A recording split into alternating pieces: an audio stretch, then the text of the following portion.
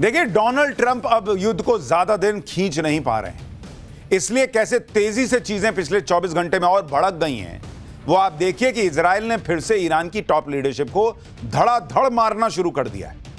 उधर Trump straight of Hormuz पर कब्जे का प्लान बनाकर बैठे हैं। हॉर्मूज स्ट्रेट खुलवाने के लिए बम पे बम फोड़ रहे हैं और फिर से दुनिया के दूसरे देशों को कहने लगे हैं कि सब मिलकर आओ, यही मौका है, आओगे तो फायदे में रहोगे। युद्ध जल्द खत्म करने की तड़प में ही ट्रंप ने एक और कांड करवा दिया कि पहली बार ईरान के तेल गैस पर अटैक होने शुरू हो गए। युद्ध के 19 दिन में जो नहीं हुआ वो पिछले 24 घंटे में होने लगा है। अब ईरान के गैस और ऑयल ठिकानों पर हमले शुरू हो गए। दावा है कि ईरान के बुशेहर प्रांत में ईरान के गैस फैसिलिटी, ऑयल और पेट्रोकेमिकल फैसिलिटी पर एयर स्ट्राइक हुई। ईरान के साउथ पार्स गैस फील्ड से जुड़े ठिकानों पर हमला किया गया है। South Pars gas field Iran के लिए बहुत इंपॉर्टेंट है। यहां ईरान का 40% से ज्यादा गैस रिजर्व है। यह दुनिया के टोटल गैस रिजर्व का 8% है बॉस। और कहा जा रहा है कि अब अमेरिका वहां हमला कर रहा है, अब इजराइल वहां हमला कर रहा है। यानी डोनाल्ड ट्रंप को शायद यह लगने लगा है कि ईरान को लूट तो पाएंगे नहीं, कम से कम उसको इतना बर्बाद कर दो कि युद्ध तो रुके, वरना वो खुद लूट जाएंगे अमेरिका वाले। 19 दिन के युद्ध में ईरान के एनर्जी इंफ्रास्ट्रक्चर बचे हुए थे क्योंकि अमेरिका को बाद में उनको लूटना था, लेकिन अब उन पर हमले हो रहे हैं। पहली बार ईरान के न्यूक्लियर पावर प्लांट पर भी हमले का दावा है। ईरान ने आरोप लगाया है कि उसके बुशर न्यूक्लियर प्लांट पर हमला हुआ है।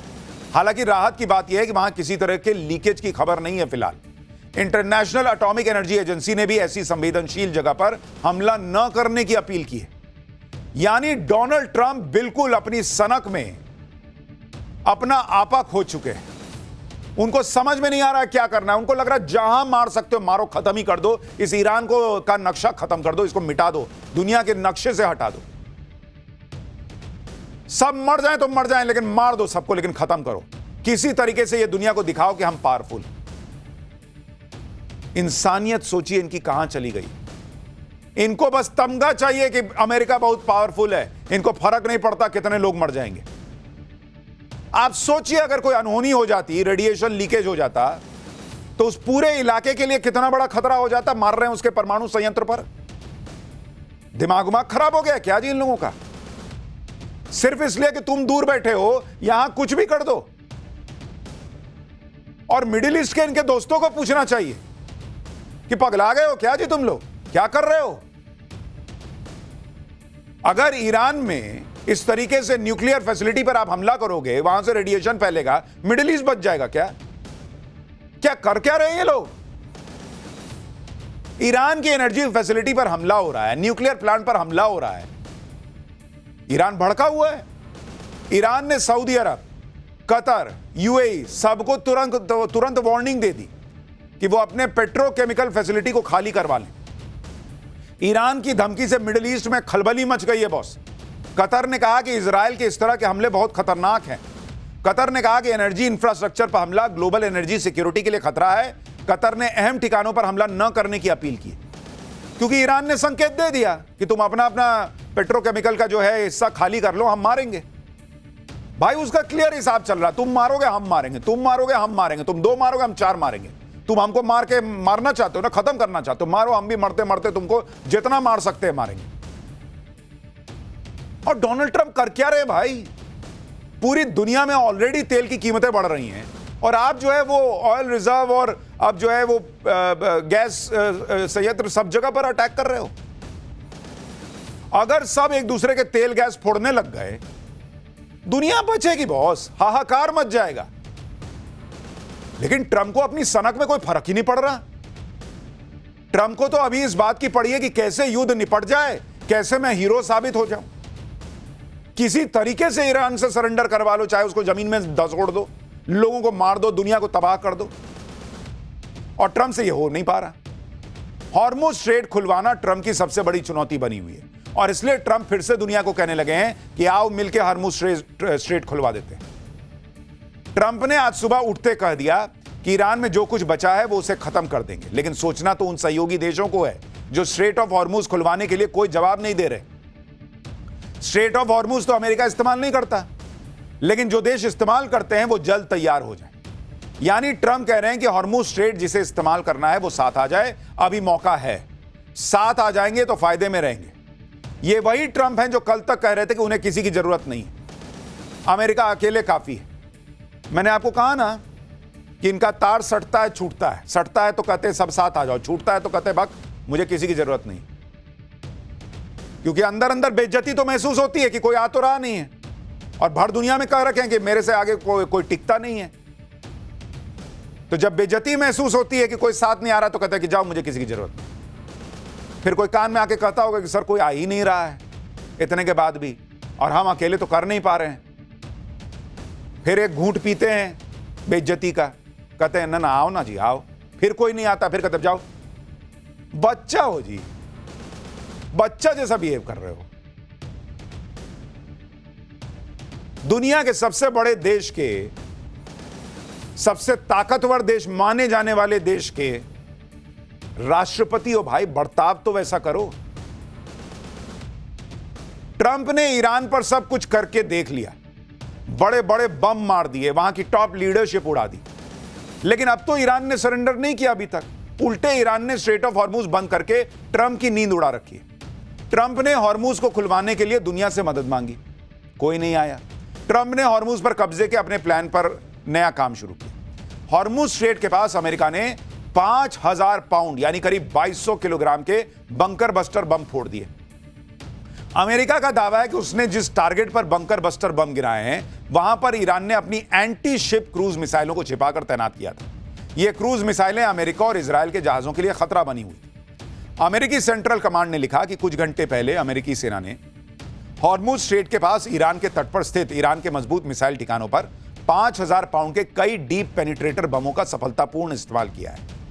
अमेरिका ने स्ट्रेट ऑफ हॉर्मुज पर 2200 किलो के भारी भरकम बंकर बस्टर बम इसलिए गिराए क्योंकि बंकर बस्टर बम जमीन के 100 फीट नीचे तक तबाही मचा सकते हैं। ये 22 फीट मोटी कंक्रीट की दीवार को तोड़ सकते हैं।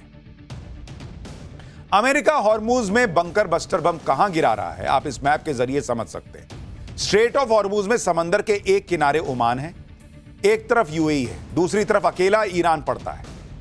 स्ट्रेट ऑफ हॉर्मुज में इसी जगह पर जहां आप गोला देख रहे हैं वहीं पर कहा जा रहा है कि अमेरिका ने बंकर बस्टर बम को फोड़ा है। ट्रंप को लग रहा है कि बंकर बस्टर बम गिरा और स्ट्रेट ऑफ हॉर्मुज पर कब्जा कर लेंगे, वो ईरान को सरेंडर करवा देंगे। लेकिन ईरान के पास हॉर्मुज स्ट्रेट को कंट्रोल करने का एकमात्र जरिया सिर्फ उसकी क्रूज मिसाइलें थोड़ी हैं। ईरान इस इलाके से गुजरने वाले जहाजों को वाटर ड्रोन रॉकेट, सी माइंस, हाई स्पीड बोट्स और ड्रोन से भी टारगेट कर रहा है। और अगर अमेरिका को लगता है कि उन्होंने बंकर बस्टर बम फोड़ दिया, स्ट्रेट ऑफ हॉर्मुज खुल गया, तो अपने जहाज भेज के दिखाएं, अपने लोगों को भेज के दिखाएं। हवाबाजी से नहीं ना होगा बॉस। इसलिए ट्रंप नहीं चाहते कि स्ट्रेट ऑफ हॉर्मुज में अमेरिका अकेले घुसे। ट्रंप चाहते हैं कि बाकी सब देश भी साथ आ जाएं, लेकिन इसके लिए दूसरे देश तैयार नहीं है। आज ही जर्मनी के विदेश मंत्री ने कहा है कि अगर अमेरिका स्ट्रेट ऑफ हॉर्मुज को सिक्योर नहीं कर सकता तो फिर यूरोप की फोर्सेस भी तो नहीं कर सकती। जर्मनी के विदेश मंत्री ने कहा कि हमें ईरान और अरब देशों के साथ एग्रीमेंट करना चाहिए जिससे जहाज जा सके। उधर ईरान कह रहा है कि यह समुद्री रास्ता तो उसका है, वो अपने दुश्मनों को जाने नहीं देगा। ईरान के विदेश मंत्री ने कहा कि युद्ध के बाद सबसे पहला काम यह होगा कि हॉर्मुज स्ट्रेट से गुजरने के लिए ईरान नए नियम बनाएगा। भाई इन दोनों के चक्कर में दुनिया का क्या होगा आदमी सोच सोच के परेशान हो रहा है। और मैं आपको डे 1 से कह रहा हूं बॉस, 19 दिन हो गया है आज, अलग अलग देशों में अलग अलग जगहों पर इंपैक्ट पड़ रहा है। खुद अमेरिका में महंगाई बढ़ गई है, मानने को तैयार नहीं है भाई साहब। ट्रंप के सामने मुसीबत यही है कि ईरान झुक नहीं रहा, सरेंडर नहीं कर रहा। जितना ज्यादा ईरान लड़ता चला जा रहा है उतना ज्यादा ट्रंप के लिए मुसीबतें बढ़ रही हैं। आप अमेरिका में देखिए, वहां तेल गैस के दाम आसमान छू रहे हैं। अमेरिका में 40% तक फ्यूल के प्राइसेस बढ़ गए। और इसी को देखकर आज ट्रंप ने एक फैसला लिया। ट्रंप ने फ्यूल प्राइस की कीमतों को कम करने के लिए 100 साल पुराने जोन्स एक्ट में 60 दिन की छूट दे दी। इस कानून के तहत जो भी सामान अमेरिका के पोर्ट्स के बीच आता जाता है वो शिप अमेरिका का होना चाहिए और क्रू मेंबर में भी अमेरिकी नागरिक होने ही चाहिए। इस जोन्स एक्ट की वजह से सामान के ट्रांसपोर्ट में काफी वक्त लगता था, दाम बढ़ जाते थे। लेकिन अब ट्रंप ने इस कानून के तहत जो नियम है उसमें 60 दिन की छूट दे दी। क्यों दे दी भाई? क्योंकि आपको दिख रहा है कि आपके देश में महंगाई बढ़ रही है, इसलिए आपने इतने पुराने नियम में भी छूट दे दी। अपने यहां के लोगों की मजबूरी दिख रही है। हमारे यहां जो हो रहा है वो नहीं दिख रहा, दूसरे जगह हो रहा है वो नहीं दिख रहा। पाकिस्तान इनके तलवे चाटते रह गया, आज वहां लॉकडाउन लगा हुआ है, इनको नहीं दिखता है। इनफैक्ट पाकिस्तान को तो आज बहुत गंदा ठोक दिए हैं ये लोग, अभी बताऊंगा आगे। ट्रंप को मजबूरी में ये सब करना पड़ रहा है, वो दिखा रहे हैं, क्योंकि हर मामले के एक्सपर्ट बनते थे, लेकिन ईरान के मामले में ऐसा फंस गए कि लोग मजाक उड़ा रहे हैं। भाई ट्रंप कितने बड़े लफ्फाज हैं, कितना लंबा लंबा फेंकते हैं। उनका एक वीडियो वायरल हो रहा है। ये भाई साहब हर चीज के एक्सपर्ट हैं। भाई साहब ये लिस्ट लंबी है। ये आदमी इतना बड़ा लफ्फाज है कि ये हर चीज में इनकी लाइन है कि मुझसे बेहतर कोई नहीं जानता। वो क्या राजपाल यादव का सीन है ना कि मैं सब जानता हूं सर। ये भाई साहब वही है, मैं सब जानता हूं, मुझसे बेहतर कोई नहीं जानता। इसी लफ्फाजी के चक्कर में इन्होंने दुनिया को फंसा दिया। इसी लफ्फाजी ने ट्रंप से ईरान युद्ध करवा दिया, क्योंकि इनको लगता है मैं सब जानता हूं, और अब फंस गए। लेकिन फंस गए तो ये नहीं जानते कि इससे निकलना कैसे है।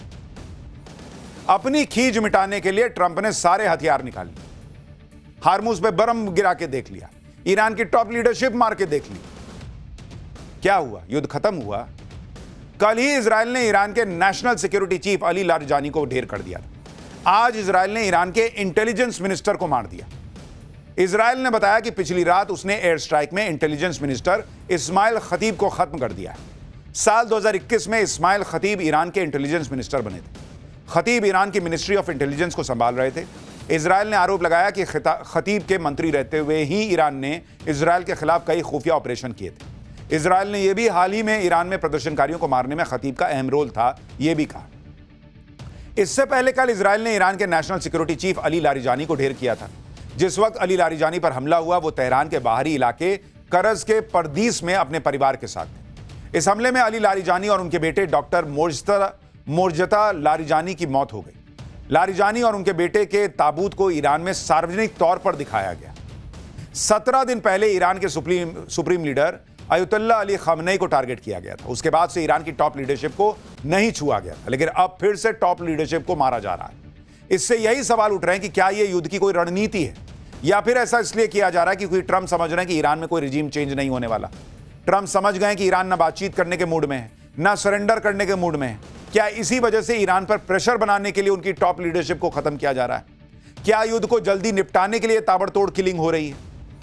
जिस तरह से ईरान की टॉप लीडरशिप पर हमले हो रहे हैं, उसके बाद सवाल यह भी है कि क्या अगला नंबर मुस्तफा खामनेई का है, क्योंकि मुस्तफा खामनेई अब ईरान के नए सुप्रीम लीडर हैं। मुस्तफा के तौर पर ईरान को नया चेहरा, नया नेतृत्व, नया जोश मिला है। इस जोश को ठंडा करने के लिए ट्रंप मुस्तफा को भी टारगेट कर सकते हैं। उधर इजराइल यह दावा कर रहा है कि अभी तो कई और सरप्राइज बचे हुए हैं। ट्रंप शायद इस गलतफहमी में है कि अगर वो ईरान की टॉप लीडरशिप को मारते चले जाएंगे, मुस्तफा खामनेई को भी उड़ा देंगे, हॉर्मुज स्ट्रेट को खुलवा देंगे, खार्ग आइलैंड पर कब्जा कर लेंगे, तो ईरान को हरा देंगे। लेकिन ईरान अलग लेवल पर है बॉस। आज ईरान से अली लारिजानी के जनाजे पर जो भीड़ उमड़ी है, उसे देखकर तो साफ लग रहा है कि ईरान झुकने वाला नहीं है। आप भीड़ को देखिए बॉस, अली लारिजानी के जनाजे में जुटी इस भीड़ को देखिए। डोनाल्ड ट्रंप के एक्शन ने ईरान को और एकजुट कर दिया है।